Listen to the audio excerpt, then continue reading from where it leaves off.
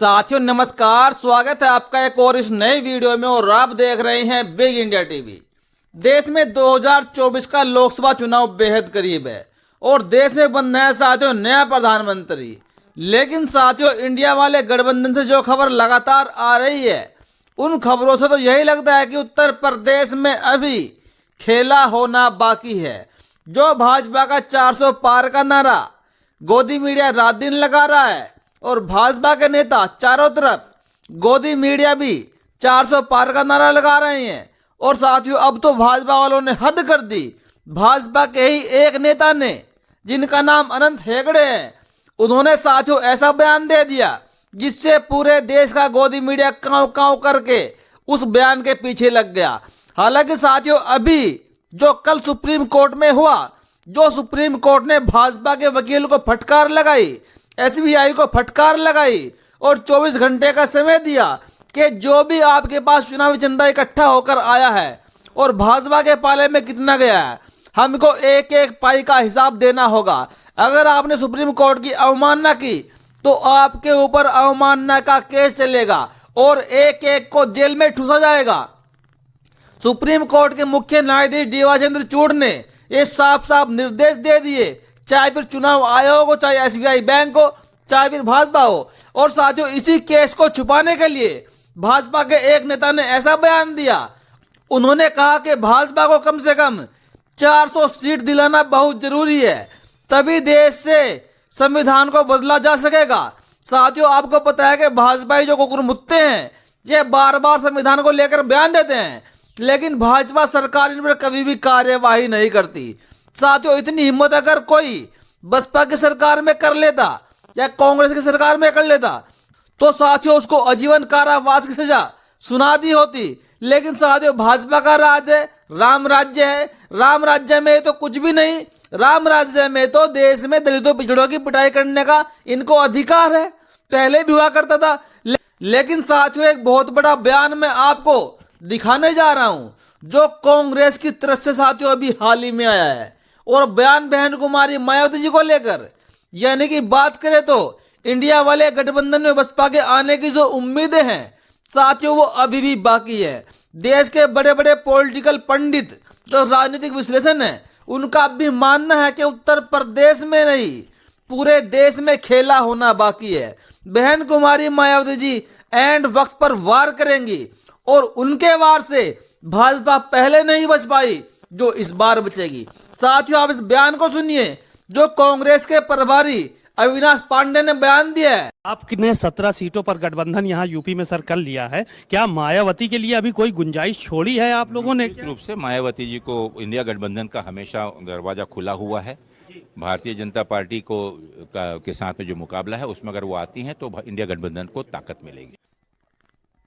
साथियों आपने अविनाश पांडे का बयान सुना जब उनसे पत्रकार ने पूछा कि साहब क्या अब भी इंडिया वाले गठबंधन में बसपा सुप्रीमो बहन कुमारी मायावती के आने के चांस है, तो साथियों उन्होंने ऑन कैमरे पर साफ साफ कह दिया कि बसपा सुप्रीमो मायावती जी के लिए इंडिया वाले गठबंधन के दरवाजे हमेशा खुले हैं और खुले रहेंगे। अगर वो गठबंधन में आती है तो उससे हमको भी बहुत मजबूती मिलेगी, यानी कि इंडिया वाले गठबंधन को मजबूती मिलेगी और हम सब मिलकर भाजपा के खिलाफ लड़ाई तेज कर पाएंगे। साथियों इससे साबित होता है कि बसपा सुप्रीमो अब भी इंडिया वाले गठबंधन में आ सकती हैं और खेल होना बाकी है। साथियों आपको बताया कि 15 मार्च को माननीय प्रसाद काशीराम जी का जन्म जयंती है और हो सकता है कि उस दिन बसपा सुप्रीमो देश को बड़ी एक सौगात दे और एक बड़ी खुशखबरी दे। साथियों साथ ही साथ एक बयान आया है महान दल के राष्ट्रीय अध्यक्ष केशवदेव मौर्य का। केशवदेव मौर्य ने क्या लिखा है बसपा को लेकर वो भी आप एक बार देख लीजिए। उत्तर प्रदेश में अभी बहुत खेल बाकी है। बहन कुमारी मायावती जी को निराश, हताश और खामोश समझने वालों को जल्द झटका लगेगा।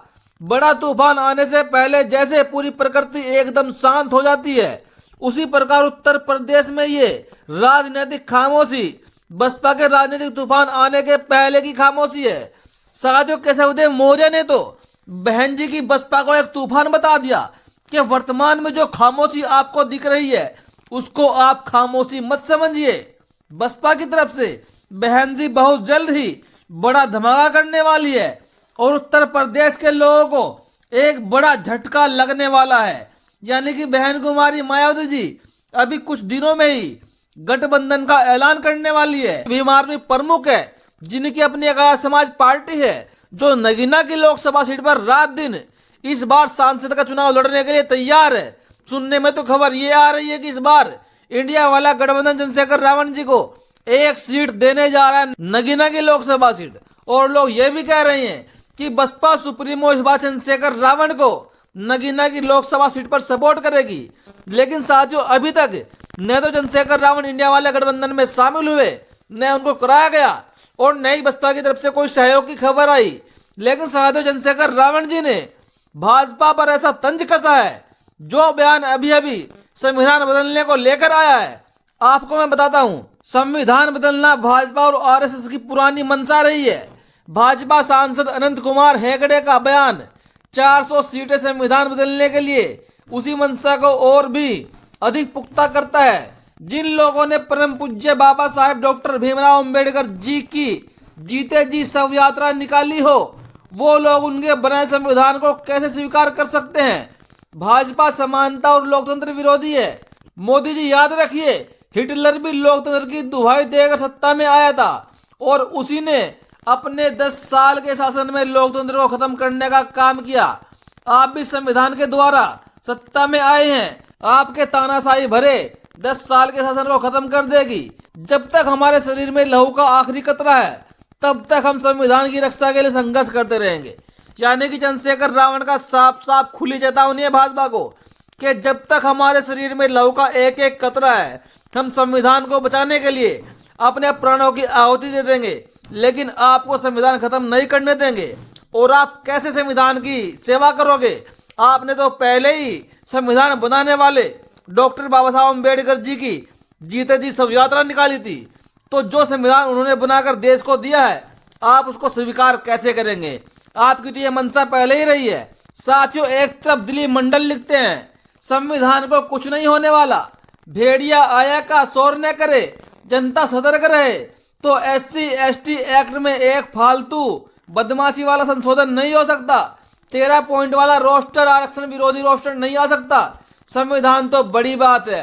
2 अप्रैल 2018 को जनता ने भारत बंद करके खुद को महाबली समझने वाले सुप्रीम कोर्ट के जजों को घुटने पर ला दिया था।